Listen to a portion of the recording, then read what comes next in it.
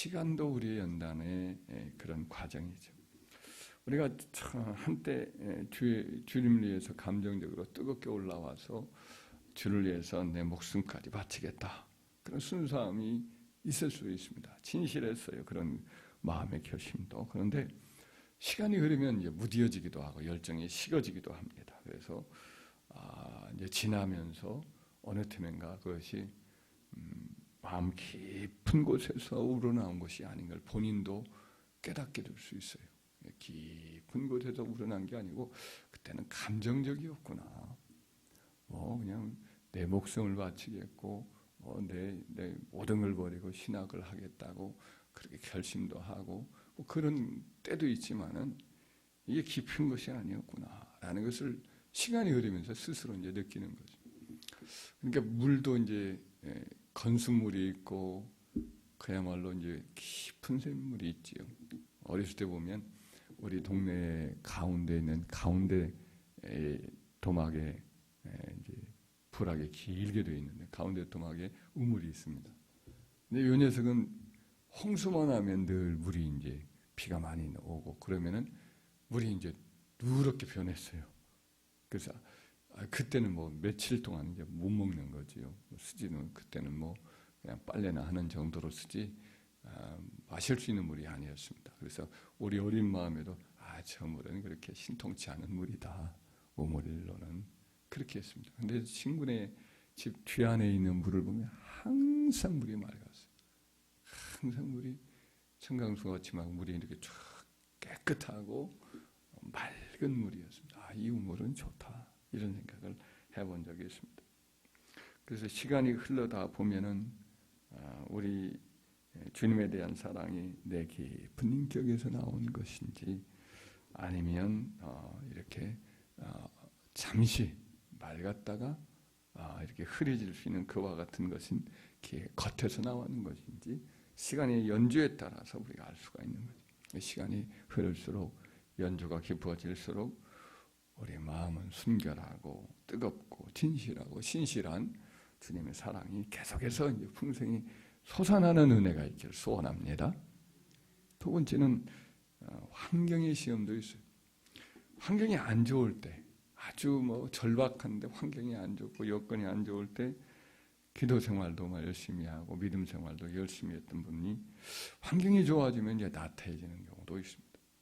반대로 환경이 좋았을 때는 믿음이 좋았어요.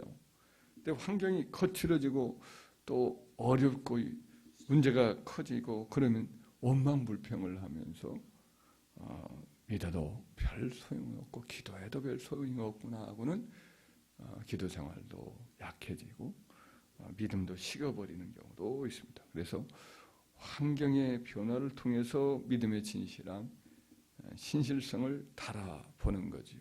요셉 같은 경우는 그가 이제 종살이하고 아버지 어머니 떠나 종살이하고 또 옥살이도 하고 그때도 믿음이 좋았지만 애굽의 국무총리가 됐을 때도 변함이 없었잖아요. 그래서 그런 점에서 우리도 환경의 변화를 통해서 이렇게 시험을 해보는 거지요. 그래서 그런 어느 경우에도 변함없이 물과 불을 통과할 때나 평탄한 길을 걸을 때나 주님을 향한 사랑이 깊어지고 더 신실해지는 저와 여러분 되기를 바랍니다. 시험 중에 또 영적인 은혜의 시험 혹은 영적인 영광의 시험도 있습니다. 사도 바울은 셋째 하늘에 올라갔어요.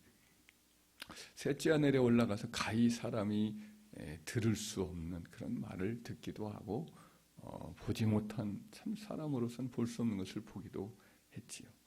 근데 그 이후에 그에게 주어진 것은 몸에 가시가 생겼습니다. 가시가 아주 큰 뭐 자그마한 가시가 아니고 이제 그 단어 자체가 적을 이겼을 때의 적장을 이제 그 갈고리로 찍어서 말에다 끌고 다니면서 승리했다는 것을 이제 모든 자기 부하들에게도 드러내고 그렇게 하는 확 찍은 그 갈고리로서의 가시라고 돼요. 가시가 뭐 뽑을래야 뽑을 수 없을 정도로 더 파고드는 시간이 흐를수록 더 파고드는 그런 가시니까 육체의 이 가시는 그로 하여금 굉장히 큰 고통을 안겨준 거지. 그래서 하나님께 기도합니다. 그랬더니 3번이나 간구했더니 빼달라고 했더니 그 기도의 응답은 어떻게 오냐면 이 은혜가 내게 좋다, 족하다. 이것으로 이미 충분히 되는 은혜가 충분히 주었다. 그러면서 또 기도를 할 때 어떤 은혜 말씀을 주냐면 네가 약할 때 강함이 주어진다. 네가 자신이 약해질 때 하나님의 은혜의 강함이 너에게 통해서 흘러나온다. 이 말씀을 주시는 거죠. 그래서야 이제 육체의 가시가 자기에게 주어진 것이 유익하구나. 이를 통해서 하나님이 나를 교만하지 않도록 붙들어 줌으로 나를 계속 쓰시려고 가시를 주셨구나라는 것을 깨달았기 때문에 너무나 기뻐하고 감사하면서 그 연약한 모습 그대로 주를 섬기는 것을 더 감사했죠. 그래서 은혜의 영광을 보면서 넘어질 수 있는 것이 너무 많아요. 인간은 참 몸도 약하지만 마음도 약하고 우리 인격 자체가 타락할 수 있는 기질들이 많이 있습니다. 그래서 신령한 은혜를 많이 받으면 위험도 따르는 거예요. 마귀의 시험도 강할 수 있고요. 박태는 장로 같은 경우도 처음에는 막 은사와 능력으로 막 쓰임을 받았지만 나중에는 넘어져서 자기가 하나님이다 이렇게 큰 소리 치다가 결국은 이단을 조직을 만들어서 수많은 사람을 함께 넘어뜨렸잖아요. 이재록이라고 하는 만민교회의 목사님도 이 목사님도 참 그 전기를 한번 읽어본 적 보통 자기가 쓴 이제 기록을 한번 제가 읽어본 적이 있습니다. 이분이 아주 병이 젊은 날에 심했어요. 술을 워낙 좋아해서 완전히 이제 속이 망가졌지요. 망가졌고 기침은 심해지고 귀도 염증이 생겨서 귀가 점점 안 좋아지다가 아예 먹어버린 수준이 되고 귀가 안 들리는 거예요. 그리고 종기가 온몸에 나요. 종기가 막 온몸에 다 나요. 관절염이 서서히 오던 류마티스 관절염이 돼가지고 걸을 수가 없는 거예요. 무릎 관절이 특별히 막 심해서 고기 한 층을 못 먹는 거예요. 먹으면 막 고통이 너무 심해가지고 온몸이 다 망가졌어요. 젊은 시절에. 그래서 이제 자살을 2번이나 시도하고 그런 상황이었어요. 도저히 이제 사람으로서 결혼도 했는데 자녀도 있지만은 후시를 할 수 없어서 이제 죽을 입장이 됐어요. 근데 이제 마침 그의 누나 한 분이 예수를 믿었는데 예수님 믿는 그 누나가 그때 서울로 올라와서 한번 나랑 가자, 집회 한번 가보자. 그래서 어디로 이제 그 동생을 데리고 갔냐면 현신의 권사님이 집회하는 장소로 오시고 간 거예요. 안 가려고 했지만 이제 그렇게 지혜롭게 한 거예요. 그렇게 해가지고 끌고 갔는데 놀라운 것은 그 자리에 들어가자마자 불덩이같이 온몸이 뜨거워져. 불덩이같이 온몸이 뜨거워지는데 이상하다, 다 그런가. 자기 조용한 누나가 가만 보니까 막 딴 사람처럼 변해서 막 기도하고 뜨겁게 하는 거 보니까 참 대단하다, 뭔가 있나. 근데 이상한 것은 이제 몸이 뜨거워지더니 나중에 한 사람씩 이제 기도나 받고 가자 하면서 끌고 가니까 앞으로 나가서 기도를 받는데 한 사람씩 기도하는데 기도 몇 마디 해주고 그 다음에는 쭉 밀어버리면 사람들이 쭉쭉 밀려가더라. 가만히 보니까 사람들이 얼마나 밀려갔는지 거기가 폐였더라는. 쭉쭉 미끄럼 타듯 밀려간 등 한번 탁 치면 쭉 그냥 밀려가더라. 자기도 그렇게 하는데 이거 무슨 사기꾼인가? 자기도 그렇게 안수하고 탁 밀려가는데 어떤 수치스러움도 오고 막 감정이 별로 안 좋다라는. 그게 끝났어요. 끝나고 나오는데 희한한 것은 자기도 모르게 조금씩 걸을 수가 없었는데 무릎이 아픈 것을 못 느끼겠다라는 거예요. 그 버스를 타고 누님 어디론가 간다고 이야기하고 자기만 혼자 이제 아내가 일하는 식당으로 오는데 하여튼 그냥 무슨 엄청난 굉음 소리가 그때부터 귀에 들리는데 이제 차 소리가 들리는 거죠. 굉음 소리가 막 귀 속에 들려서 견딜 수가 없더라는. 귀가 아무것도 못 들리는 사람. 그래 귀가 아플 정도. 그래서 가게에 도착을 했는데 갑자기 먹고 싶은 거예요. 고기를 먹고 싶다. 고기 먹으면 큰일 나니까 못 먹는 사람이 야, 아내한테 고기 좀 달라고 배고프다고. 아니 큰일 나는데 뭔 소리냐고 하니까 배고파 죽겠다. 그래가지고 달라고 해서 먹고 있는데 옆에 있는 사람 주문하는 소리가 들리는 거예요. 떡볶이 2인분 추가요 하는 소리가 들리는 거예요. 깜짝 놀라서 아내한테 떡볶이 지금 나 귀가 들린다. 그때부터 이제 이분이 좀 뭔가 고쳐지는 것을 감동을 하고 기뻐하고 그래서 집에 왔는데 하룻밤을 푹 자고 아침에 일어났는데 언제나 하는 것이 이제 자기 귀를 청소하려고 이제 화장실에 가가지고 그냥 솜으로 해가지고 귀에서 고름을 빼내는데 그것이 싹 말라버린 거예요. 깜짝 놀라서 옷을 이제 다 벗고 이렇게 보는데 온몸에 있었던 전기가 다 말라버린 거예요.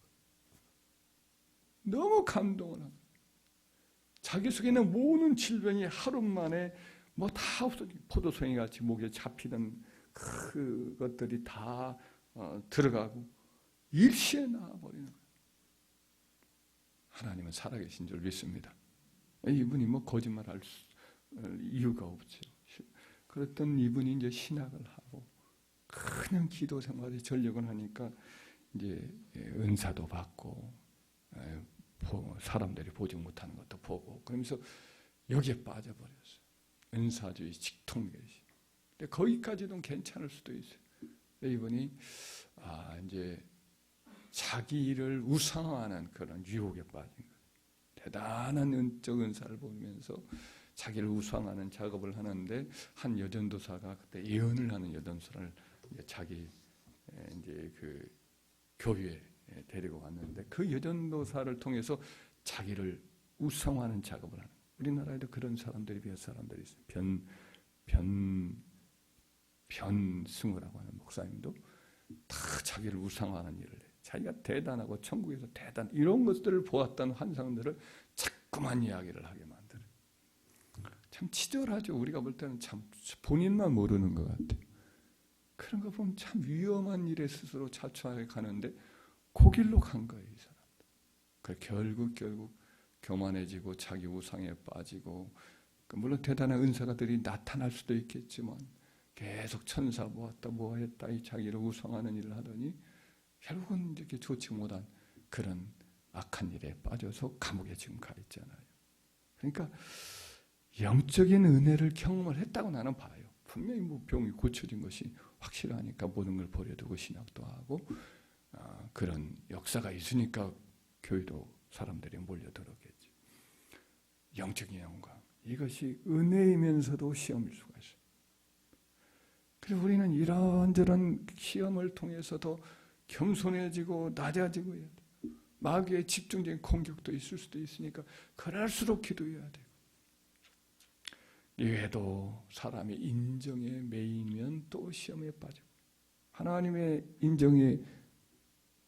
인정을 받는 것에 마음을 두지 아니하고 사람의 인정에 자꾸 끌리거나 혹은 재물의 유혹이거나 청욕의 시험이거나 혹은 세상 명예에 대한 시험도 있거든요.